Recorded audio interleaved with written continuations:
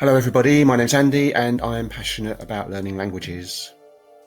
Don't forget to subscribe to my channel, please.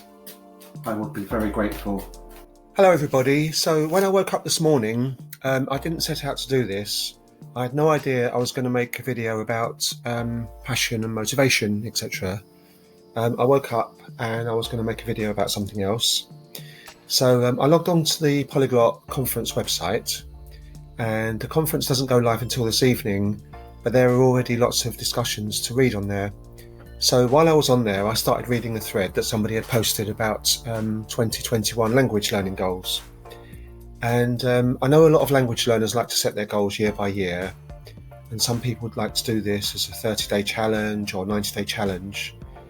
So I was reading through all these posts, and suddenly it occurred to me that the people who were going to achieve their targets were those people who had the motivation to do this and the passion and desire.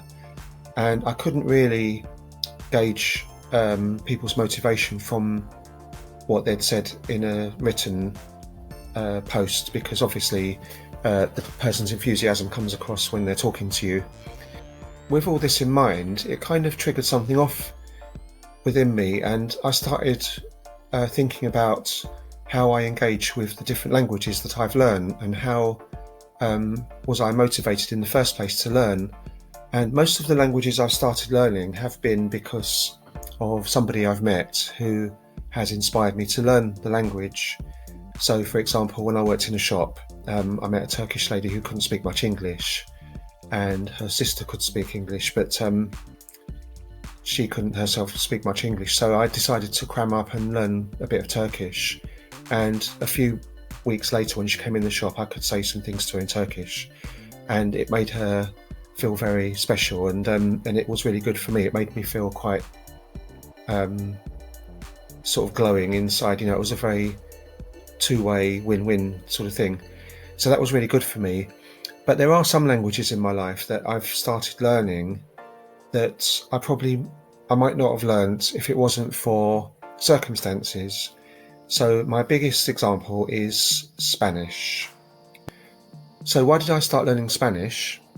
Well, one day when I worked in a publishing company over 20 years ago, I think it was about 20 years ago, I answered a phone call, and it was from a lady in France, and she couldn't speak any English. So I spoke to her in French, and that was fine. And I dealt with the call completely in French, and my manager heard me speaking to her and listened into the call, and then afterwards said, wow, I'm quite impressed that you could speak French. I mean, my French wasn't brilliant, it wasn't very fluent, but I managed to hold the whole call in French.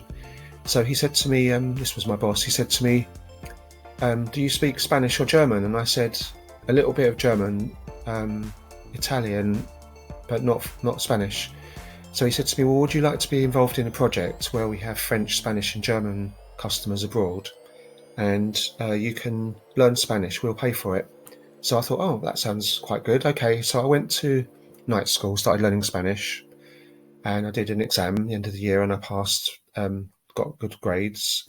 Second year I did the same, intermediate course, and then I did it was called the Institute of Linguistics, an exam in Spanish, and I passed that as well.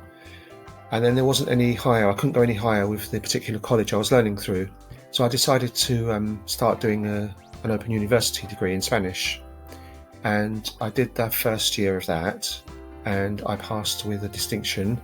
So I really applied myself to Spanish, and I took this really kind of grueling exam, which was an oral exam, and you had to give a presentation trying to use all the different conjugations of verbs. So, in other words, the past, present, subjunctive, conditional, and all these different forms of the language.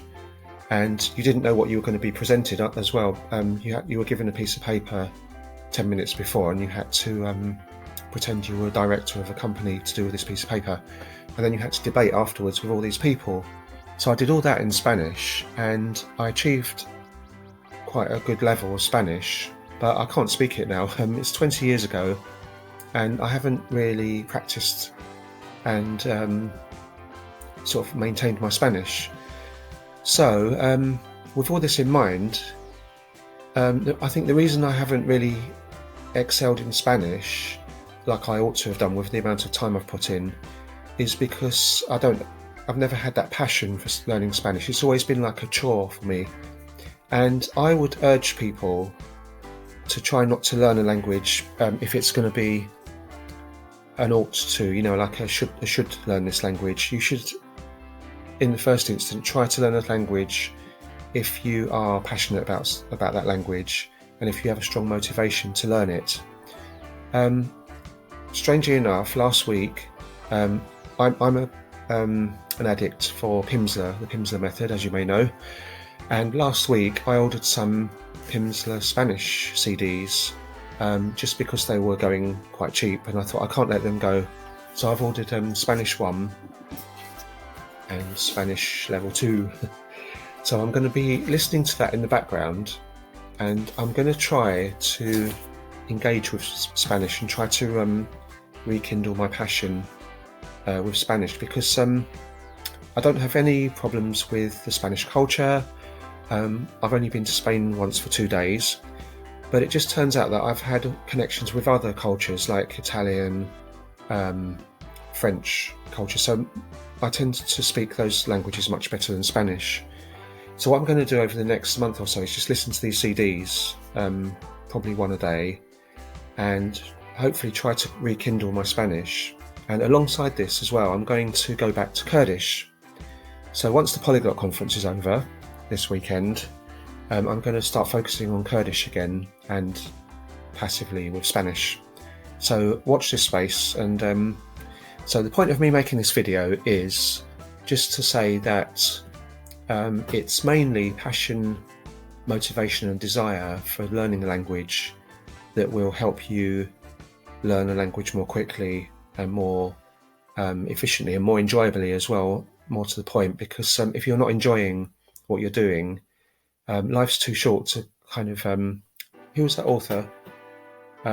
Stuart Wilde wrote a book called Life Was Never Meant to Be a Struggle. So I'm going to leave you on that note, and I'm going to get back to the Polyglot Conference, but I just thought I'd make this quick video as a kind of going off on a tangent slightly, but with an important message. And also just to say that there's a talk at the Polyglot Conference by somebody I know, and it's on motivation. So I'm going to watch that and see how much of that I enjoy. See you later. Take care. Bye.